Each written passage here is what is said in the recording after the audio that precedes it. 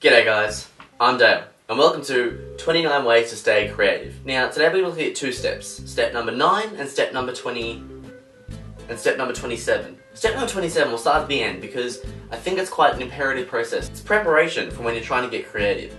And it's cleaning your workspace. I can vouch for this immediately. I'm going to chalk this one straight up to the success.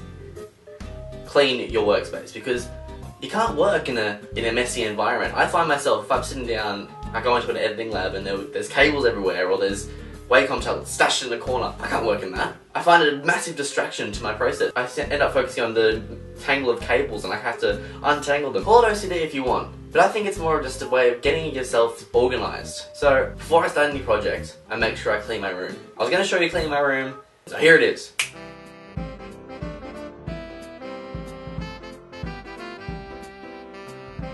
And here's cleaning my desk.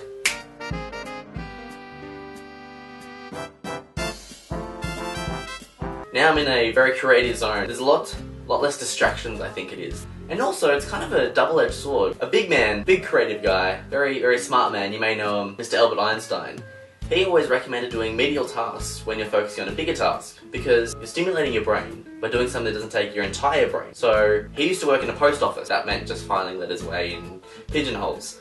And during that, he came up with some of his greatest theories. He came up with some of the great theories related to time travel and energy and all the exciting things that Mr. Einstein himself came up with. And while I was cleaning my room, I kind of tried to use the same process. And it's true, you begin to think other things because you're doing something that you rather wouldn't do.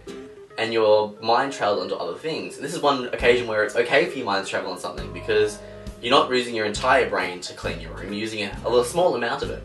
Cleaning your environment is a great way, so managing your environment is a great way to stay organised and get creative. Next we're going to talk about step number 8, which is drinking coffee. Hi, and welcome to Dale's cooking segment.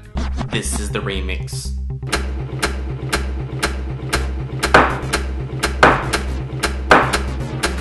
Step 1, boil the jug. Step 2, coffee in the mug. Step 3, hot water in the mug.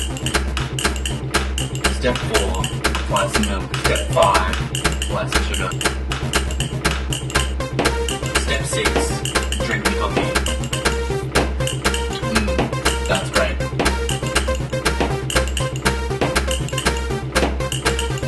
That's great. That's great. That's great. So step number 8, drink coffee. I agree with this to an extent, because if you drink too much coffee, you go from this lovely state, that's genius, to this lovely state, I'm the king of the castle.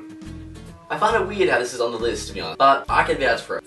Every time I do one of these vlogs, I make sure I have a coffee. It makes me energetic, makes me think a bit better, makes me a bit more creative, so it does work. But you have to make sure of how much you have. Because the equation is definitely 1 coffee equals creative, 2 coffees equals kind of creative, 3 coffees equals quivering mess on the floor.